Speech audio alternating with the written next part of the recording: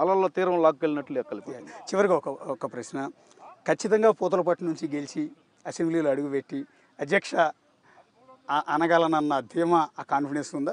100%, 100కు 100% అధ్యక్ష అనగలను.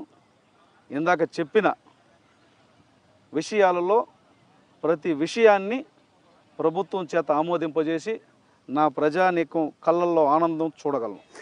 నిన్నటిదాకా నా మాదిరిగా మీరు మా జర్నలిస్టు జాతిలో ఒకటిగా ప్రజల సమస్యలని మైకు పట్టుకుని అరిచారు. ఇదిగో ఇక్కడ అన్యాయం జరిగింది, న్యాయం చేయండి అని ఏదో ఒక ఛానల్ మైకు పట్టుకొని అరిచారు, గొంతెత్తి చాలామందికి న్యాయం చేశారు. మీడియా మీద దాడి జరిగినప్పుడు కూడా చాలా సందర్భాల్లో పెద్ద ఫైటే చేశారు. జర్నలిస్టు నాయకుడిగా చాలా సమస్యలను మీరు ప్రస్తావించారు. ఇప్పుడు అదే మైకు ఛానల్ మైక్ కాదు, డైరెక్ట్గా ప్రజల గొంతుగా అసెంబ్లీలో మైక్ ముందు గొంతెత్తి అరవాల్సిన పరిస్థితి వస్తుంది రేపు.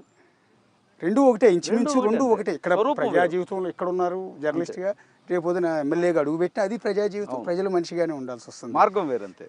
దాన్ని పూర్తి స్థాయిలో న్యాయం చేస్తారా? 100కు 100% న్యాయం చేయలేని రోజు అక్కడ నేను ఉండను. మీకు నేను ఒక 10 ఏళ్ళుగా తెలుసు. అవునండి. 22, 23 ఏళ్ళుగా నేను జర్నలిజంలో ఉన్నాను. అవునండి. 10 ఏళ్ళుగా న్యాయం చేశానని నమ్మకం, అంటే ఫ్రాంక్గా మాట్లాడుతున్నాను. అవును.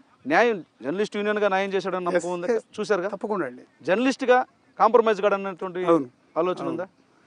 ఇంకోటి తగ్గడన్నటువంటి ఆలోచన ఉందా? అవును.